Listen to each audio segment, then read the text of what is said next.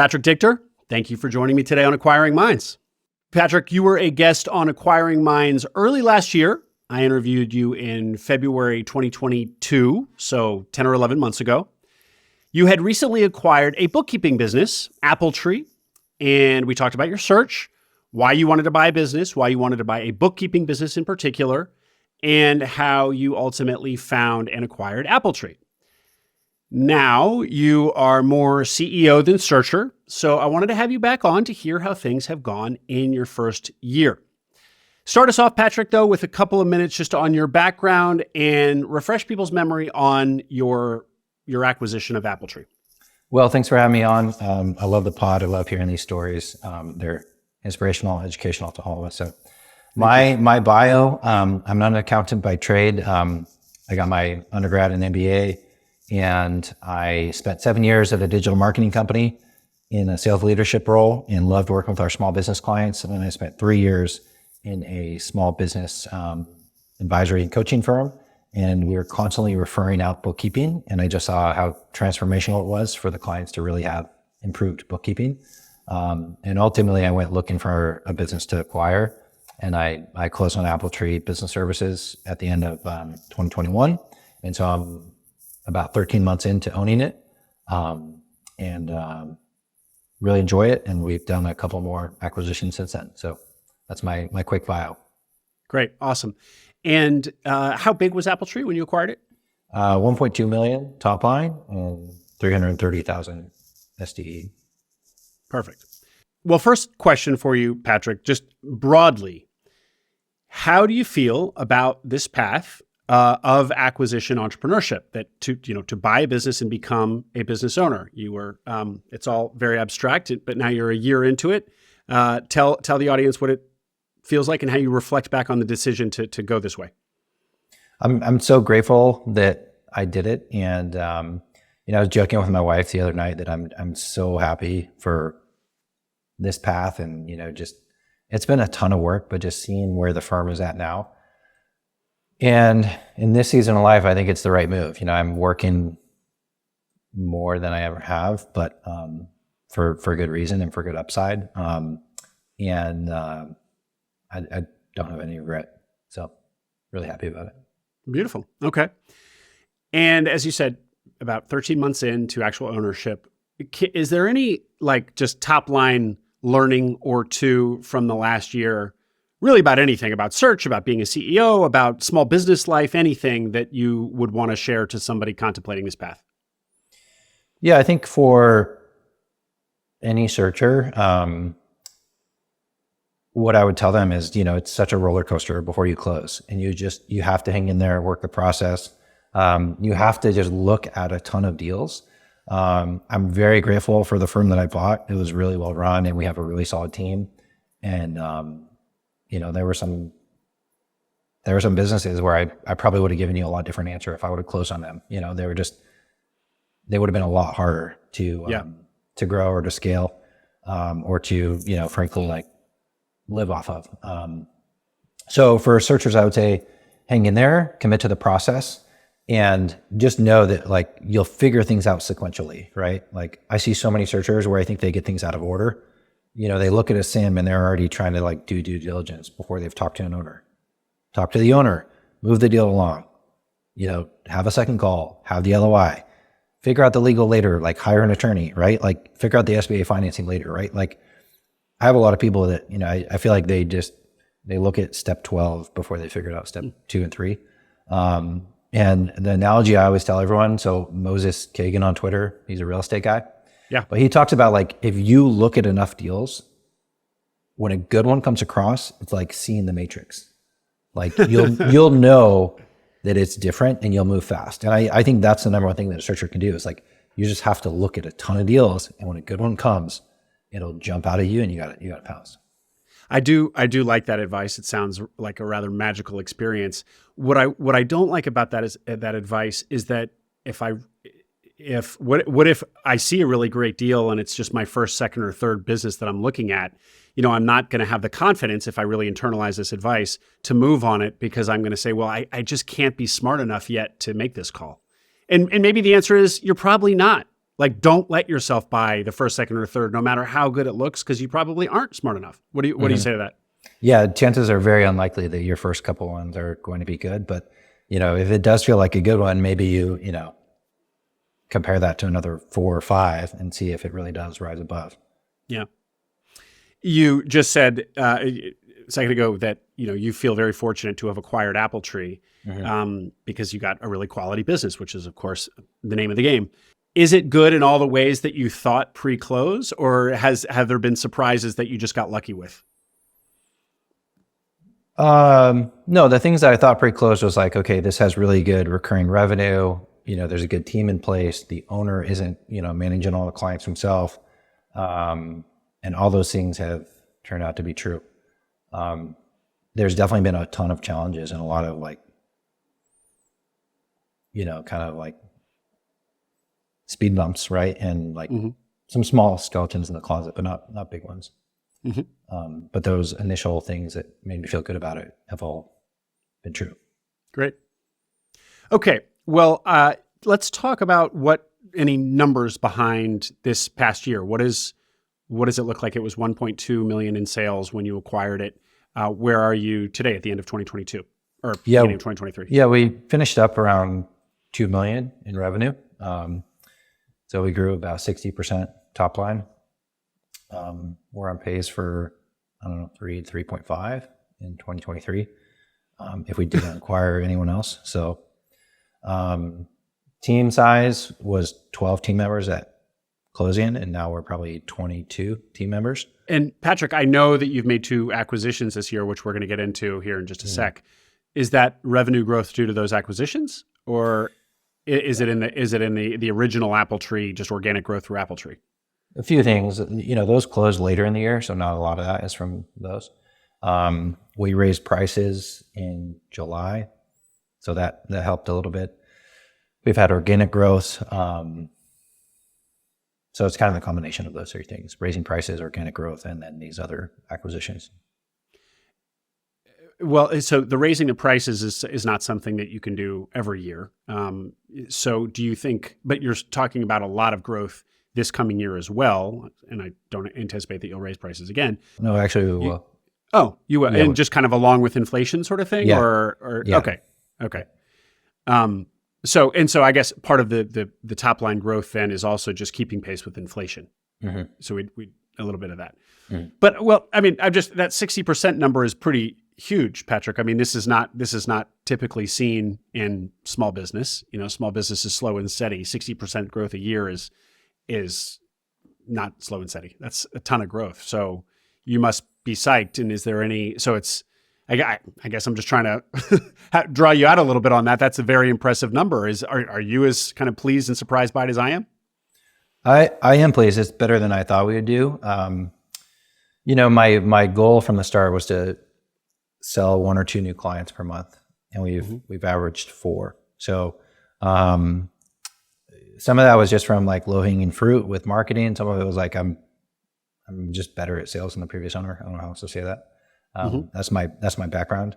And the other thing was I made a big investment in a person dedicated to just onboarding, because previously onboarding a new bookkeeping tax client is a ton of work. It's like 4 or 5 times the work of a monthly process. And so I'd made a big investment to hire somebody just for that. And she's a rock star.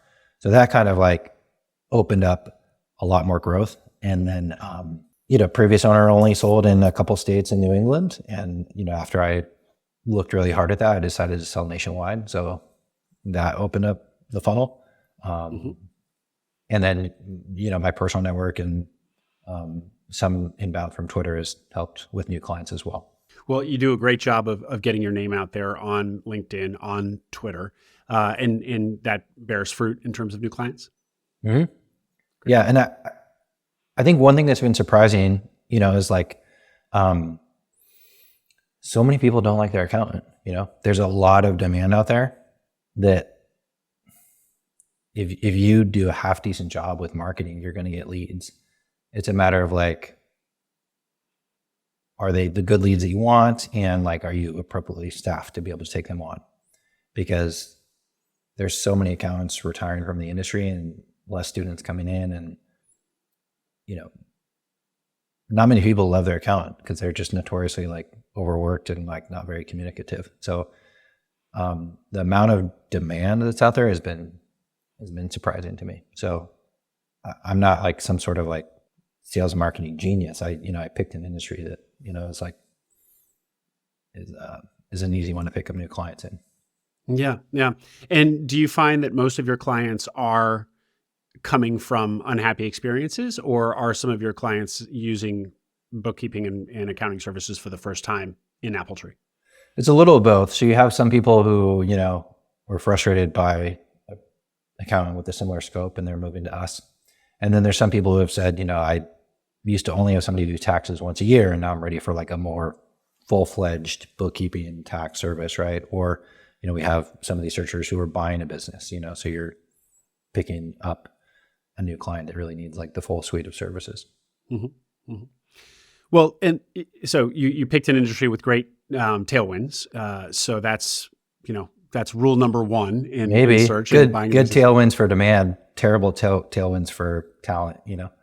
Well, and so I want to dive into the business itself. So you were very thesis driven. You had this experience at Cultivate was one of your employers. You'd spent years there, 3 years, I think, consulting small businesses.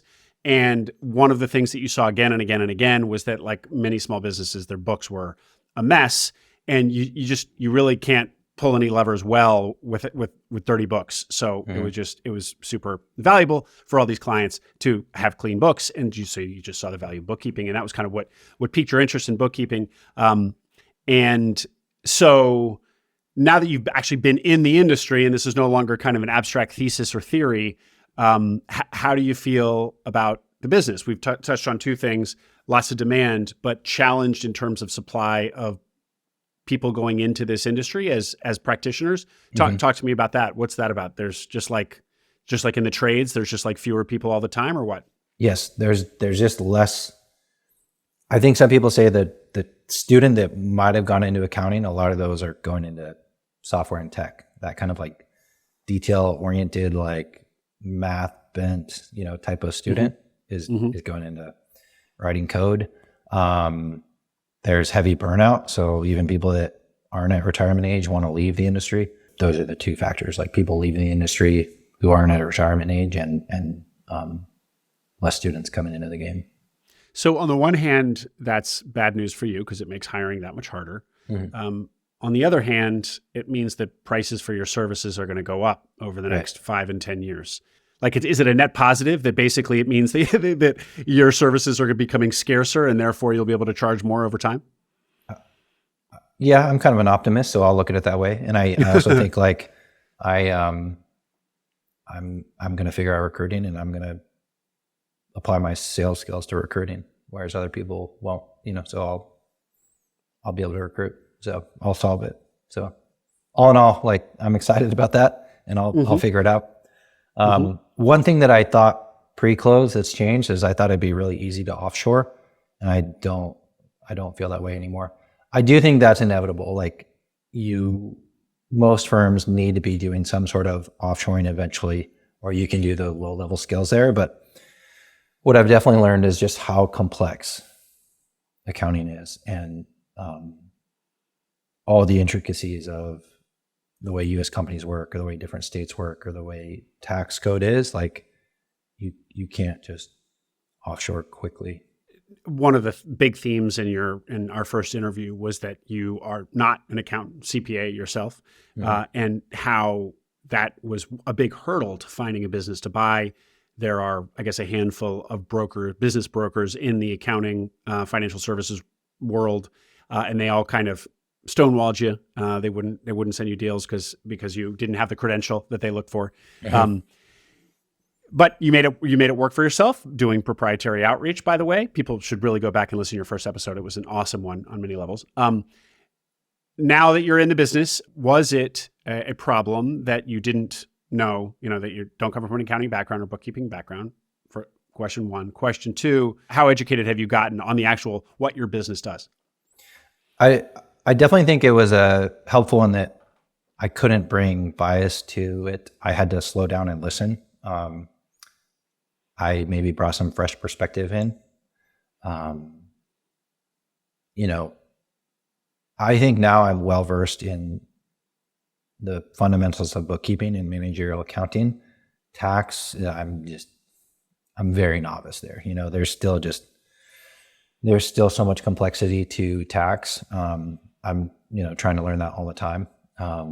So we have a great team, and I lean on them a lot, and the previous seller has been great in the transition. Where it still bites me sometimes is I do our sales. So like if I don't scope something properly or I don't understand a nuance, then our team is kind of like, hey, like this is much more of a bear than you let on. So that's definitely something that I need to work on and continue to educate myself on, is tax intricacies. Mm-hmm. And was that at all a source of tension between you and the team, that you're not one of them? There is tension when I am trying to lead change or bring on new clients, and they're like, hey, I don't think you understand like how hard this is to work with new clients, or this isn't a good time to do those things, So we've had shitty conflict, around those things. Mm-hmm. Or working through it, I think.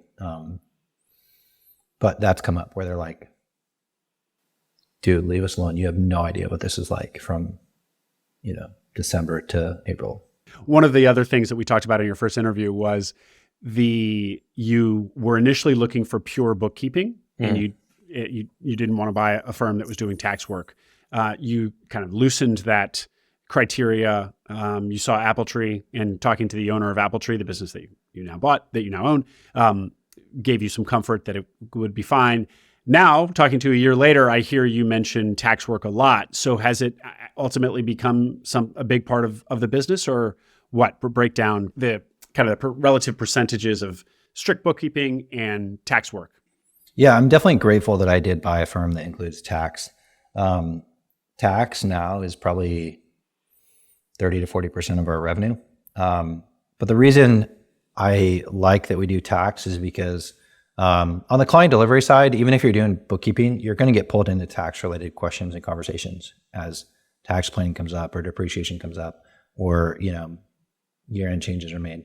The other reason I'm grateful that we do tax is because I think a lot of clients want that one-stop shop that does their bookkeeping and their tax. And tax usually leads new clients in the door more than anything. And then we pick up the bookkeeping as they come in. So yeah. I'm grateful, that that's part of our service mix. Yeah. And if you were talking to a searcher who's interested in this industry, is there kind of a sweet spot that you tell them to look, like a tax firm with bookkeeping, or a bookkeeping firm with tax, or what would you say now being on the other side of this? Since my first episode with you, I've probably had 50 calls with people who really? after that episode. The thing that I always tell them, I'm like, okay, imagine two firms. One is modern. It's only $700K in revenue, and it's $150K at STE. There's another one that's a little bit more old school, and it's like $3 million top line and like $800K STE. Most search books and everything would tell you to buy the bigger firm with $800K STE. And I tell them, buy the smaller modern one every damn day of the week. Because like if you fast forward 2 years, that modern small firm will be in a much better spot than the big firm.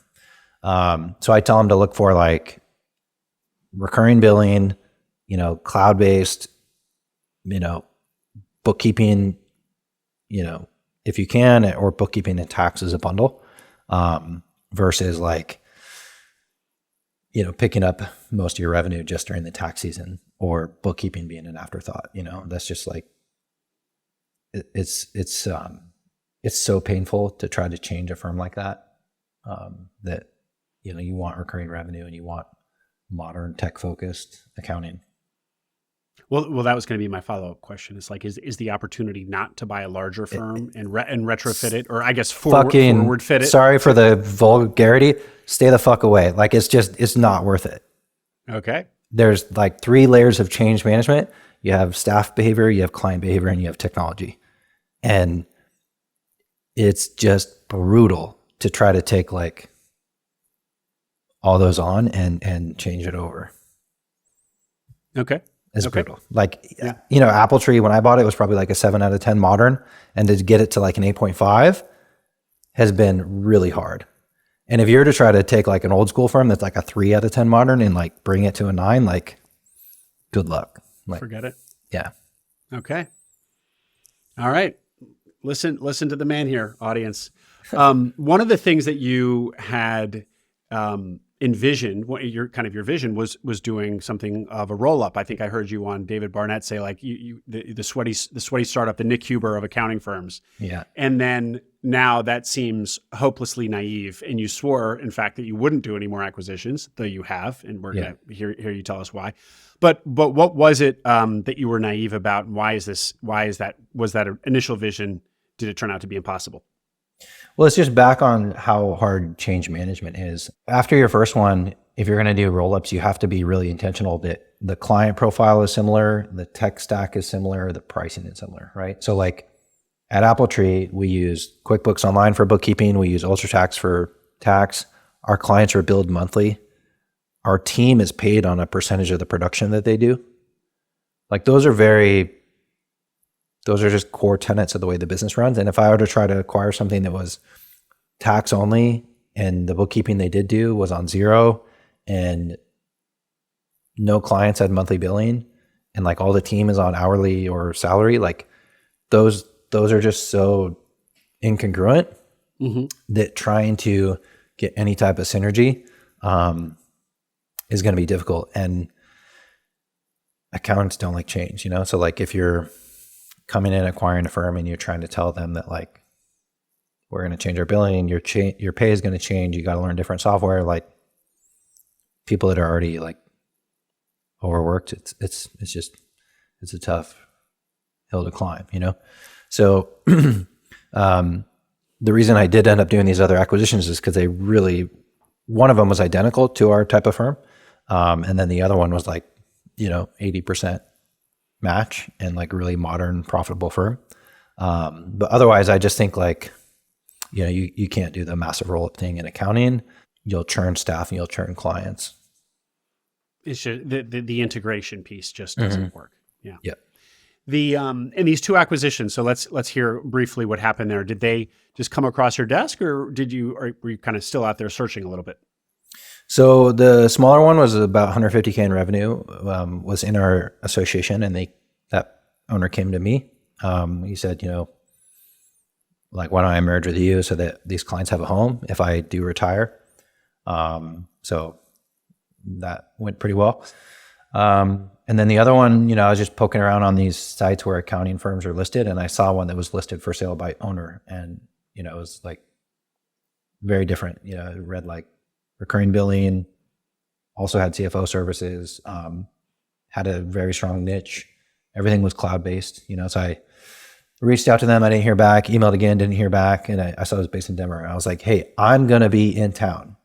Let's get on a call. And finally got them on a phone call. And it just felt like a really good fit from the start. So that's one came to me, and then the other one I found online. Well, there's your sales acumen at work there, Patrick. Most people wouldn't have followed up that first email, but you made it happen and closed. That's awesome. Yeah, thanks. You talk about your goal being $5 million in revenue in 5 years. So last year when you bought it was 1.2. You grew to 2. I think you said this year expect to get to over 3. Was that right? Mm-hmm. Yes. So you're on track to hit that $5 million number, and that assumes no additional acquisitions, right? Right. So we're on pace to hit the goal, or maybe a little bit ahead of schedule. And especially if we did acquisitions, we'd really be ahead of schedule.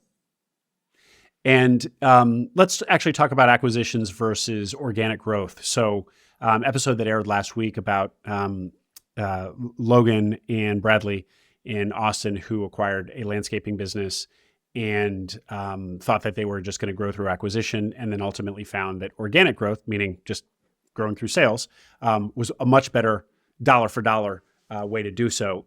Do you have any thoughts there? Yeah, I think acquisition is just more expensive, you know? I do think it can make sense that like it'll catapult you forward and you can get really good cash flow from it. But if you were to just compare like, you know, our average client pays us $10,000 to $15,000 per year. And my acquisition cost from organic growth is like, you know, 10% of that revenue. But if I were to go acquire that, I'm going to pay 1 times that annual revenue, or 1.2 or 1.3 times. So you're paying a lot more. Yeah. But again, like it'll just take your firm to the next level if you do it well. It really depends on your goal, right? Like if my goal is just to like grow as fast as I can and sell in a few years, like yeah, I'd do more acquisitions. But my goal is to really like hold this company for a while and like optimize for like a platform and for cash flow. So it's different. Mm-hmm. On that point, just a few more questions here, Patrick, before we wrap. On that point about optimizing for kind of a platform, you know, I think you entertain the fantasy of kind of the holdco, right? Mm-hmm. So payroll and accounting won't be the last place that you're buying businesses in your career. But starting there with that platform business and developing all these relationships with these clients across all these different industries, is this industry, buying a business in this industry and making bookkeeping your platform business, do you think that that's a good way to kind of open yourself up to other acquisitions in other industries when the time comes? We're talking 5 years from now. Yes, totally. That was part of my original thought. I just didn't want to say it, you know, because the holdco thing is overdone, or you know, it's like I wanted to be the guy that like goes and executes first. But I've already seen it, you know, clients say like, yeah, I think we want to sell someday, but we don't know what that looks like, right? Or usually you're the first person to find out that they want to sell, right? So I do think it's a great strategy to really like get those relationships going and, you know, get insider information and get potentially deal flow. Mm-hmm. Mm-hmm. You know, one of the things I also heard you say also on David's podcast was about how another kind of angle to your acquisition of bookkeeping was that you would cross-sell consulting services that you also just kind of offer. And that actually hasn't panned out as well as you thought. And what struck me is like, we can often in business like have this idea about how the synergy that we imagine. So, you know, you buy bookkeeping and you know, you'll be able to convert a lot of them into your existing consulting services and it'll be beautiful. And it kind of hasn't panned out as I heard you say. And then, and I kind of wanted to kind of make the same point about the holdco thing. You pretty much already answered it, but like nice in theory, you know, you have all these bookkeeping clients across all these industries across the country. You know, it's going to just fill your pipeline with future acquisitions, but like probably in practice doesn't work that way. But what I'm hearing is, in fact, you think now that you really are inside the business and see these relationships, that actually, in fact, that theory could really manifest itself in practice. Yeah?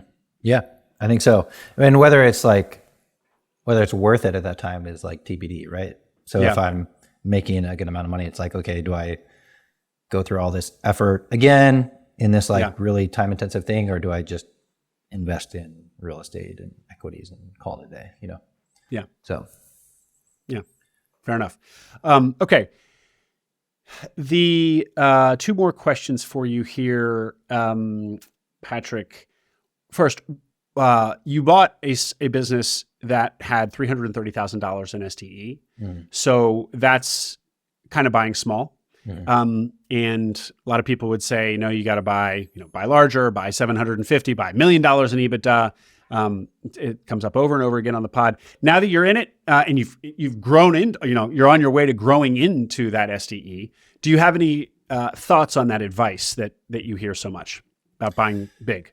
My singular goal is to just prove the search investment group guys wrong, you know? So every time they tweet, just tag me and say, well, this guy, you know, I'm kidding. I bought smaller for a couple of reasons, and I don't think it works for everyone. I bought smaller because I wanted to retain 100% ownership. I didn't want to take outside investors. I also knew that I had an unfair advantage. Like I could come in and do billable consulting work that would cover debt service or cover,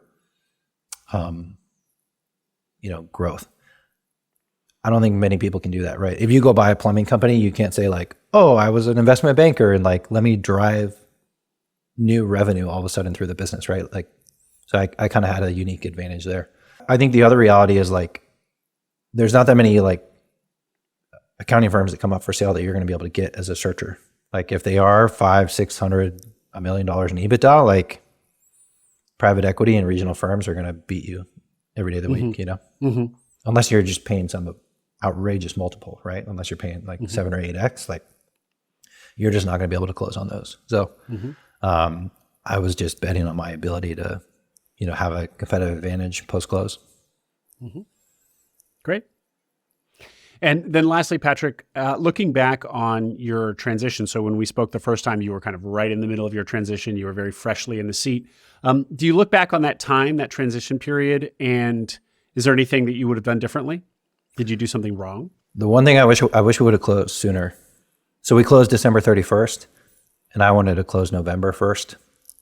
So it would have given me, another 60 days before busy season. I didn't have that, but it is what it is, So I closed and then went right into busy season. So I didn't have much time to really learn the ropes. Yeah. We were understaffed, and the culture was very much like, you don't do anything new, you don't hire people until May 1st. Like, so it would have just given me more time to like try to hire or like work on stuff before busy season, but here we are. Okay. Anything that we didn't touch on, Patrick, that you want to share with searchers out there? No, I love this community, So like, if you're in a search, stick with it, reach out to people. I'm happy to chat with people, and it's worth it. Great. What's the best way to reach you? Yeah, I'm on Twitter. So Patrick Dichter. I'm on LinkedIn, and you can find our business if you need accounting services. appletreebusiness.com is the URL, and that's about it. Cool. Well, all that will be linked to in the show notes. Patrick, thanks for coming back on. Really, congratulations on obviously not only the acquisition, but what you've done in the 13 months since. Sounds like you are I hate to use the phrase, but it sounds like you're kind of crushing it. So thanks, Will. We'll see. Right. I hope you enjoyed that interview. Make sure you subscribe to the Acquiring Minds channel below. We are now publishing twice a week, so tons of new interviews and stories to come. Stories that will help you along your own path to acquiring a business.